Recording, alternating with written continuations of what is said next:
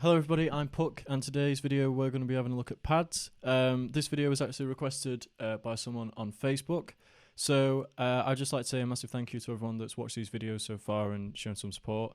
I'm really enjoying doing them, so if you have any other suggestions of what kind of things you want me to look at, just drop me a message on Facebook or Instagram or drop me an email. All of those will be linked below.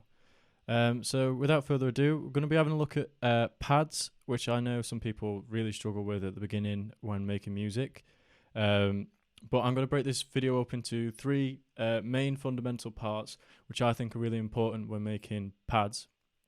The first being filters, then compression, and then reverb and delay. When it comes to compression, I'm not going to go too much in depth with how compression works. I'll link some videos below which I think really explain compression well. I'm going to be showing you what types of compression to use within your tracks, which I think really help when trying to develop a pad sound. So I'm going to play you the three pads that I've included within this track. The first being this one.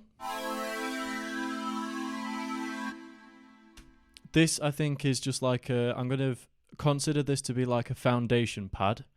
The second pad is this one, which is like the main pad. It's like very dubby, very techno-y, like a saw pad. And then I have this, which is an audio sample, which is just like a texture. It's like a resonant sine wave kind of pad. So the first thing we're going to be looking at is filters. So I'm going to add a bandpass filter to this first pad. Now, the reason that I'm doing this is because I have a sound in my head that I'm kind of aiming for, and without this filter, I'm not going to be able to achieve that. So, right now, it's really like full of information, it's really bright, and it's too bright for the sound that I'm aiming for. I want quite a dull sound, which kind of focuses on these mid-range frequencies. So I'll play it now with the bandpass on. And it's nice, like, when I swell it around like this, I'm getting some good sounds out of it.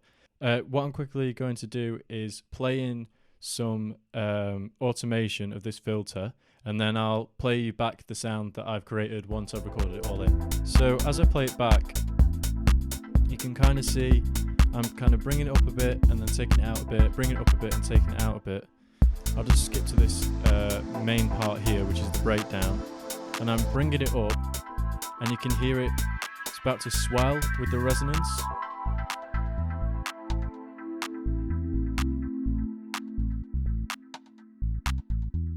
So I'm quickly going to add a filter here on the main pad, but instead of playing it in, I'm just going to draw it in because it's going to be a really simple kind of filter. So what I'm going to want to do is just have it come in slowly. By pressing Alt on Mac, you can bring in this kind of curve rather than a straight automation. So what I'm going to do is play this now, and then if you kind of drag it, you can change the curve. I think I'm going to want it to come up a bit sooner though.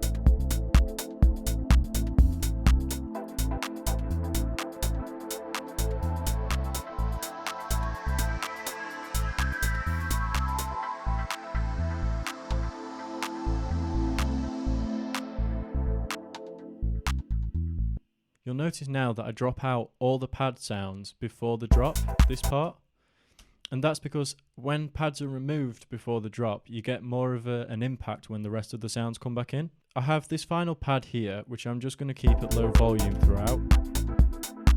And then this just adds as a texture, which accompanies the other two pads. Now I'm just going to have a look at compression. So I've just added an Ableton compressor here.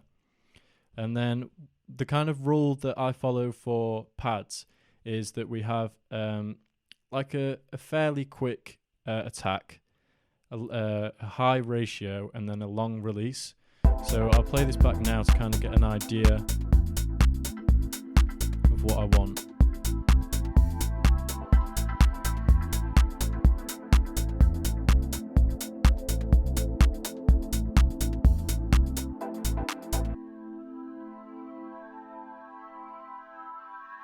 kind of flatten that sound a bit.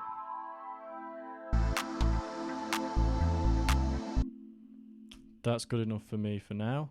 And then I'm just going to do the same for this one. This one's going to be, it's going to probably need a bit more of a heavy compression because it's a grander sound compared to this one. So I'm going to really want to flatten it.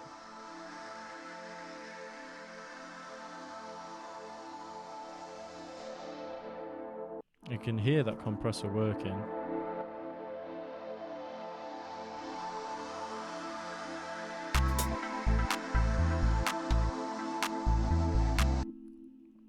And then this one here, because it's kind of all the same level throughout, I'm not really bothered about compressing it.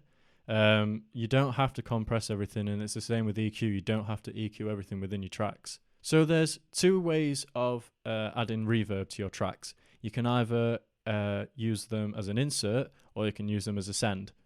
Now with pads, what I kind of like to do is use reverbs as an insert. So if you know anything about sends, a send is kind of essentially a effect that runs on top of a channel rather than within it. So an insert would essentially change this pad sound more than what a send would. For the sake of this video, I'm going to use some Ableton presets.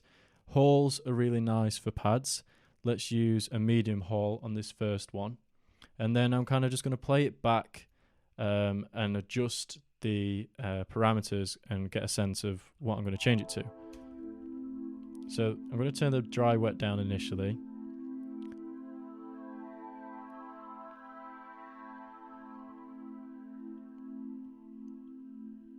Maybe turn up the size.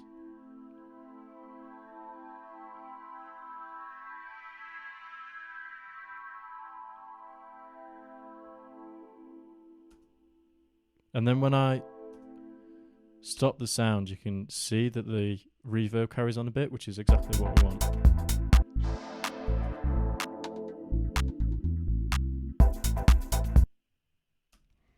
That's nice. And then I'll quickly add a reverb onto this one. Let's go for a larger one. Let's go for this concert hall here.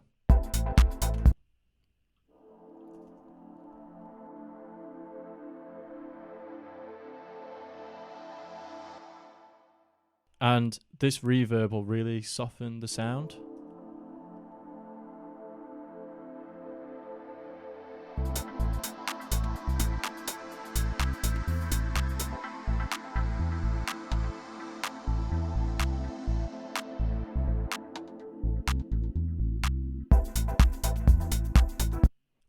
I've noticed on this bottom pad here that the volume carries on throughout this break. That bit there. And then to automate volume for this, I'm going to use this utility plugin. And what I'm going to do is just bring the volume down and then introduce it again after the break, like so.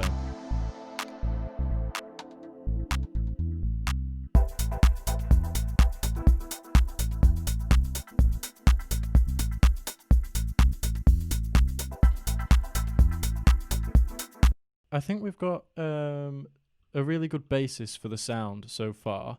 One thing that we should look at next is sidechain compression. So now I've got my reverb, what I want to do is to compress, is use a sidechain compression after the reverb. Now you can do this either before or after the reverb, depending on what sound you want. Initially, this texture, I want to compress the reverb and the synth rather than just the synth and then the reverb afterwards, if that makes sense. So in the chain here, I put the compressor at the end. I'm going to use this drop down and go to the kick. Let's just double check that that's where the, yeah, that's the kick channel. And then as I play this back here, you can start to see that and you can hear, turn this up, that it's sidechaining the sound with the kick, which is what I want. It just gives that kick a bit more space and then kind of ducks down the pad as it's playing. And then on the pad, I'm going to do another compressor, but I'm going to do this now before the reverb. And we'll see how that sounds.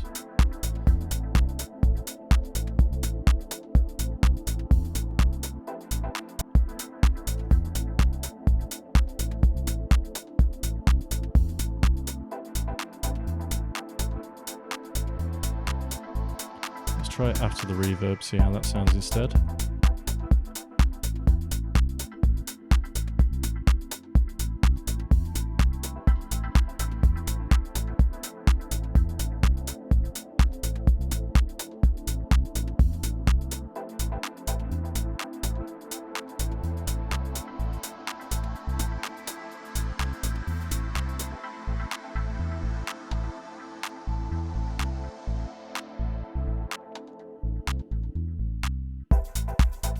So in the case of this track, I don't really feel like it needs a delay because the sound kind of carries over. But what you can do is include a delay on your pads so that when the sound stops, it carries on even further. So on this sound here, it just elongates that tail.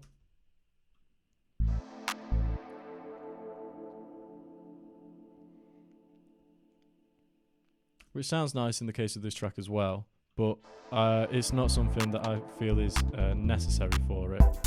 So overall we have compression, we have filters, we have reverb, and we have delay. And then we also have a bit of a volume automation here as well, which I think are three really important fundamental factors to include when creating pads.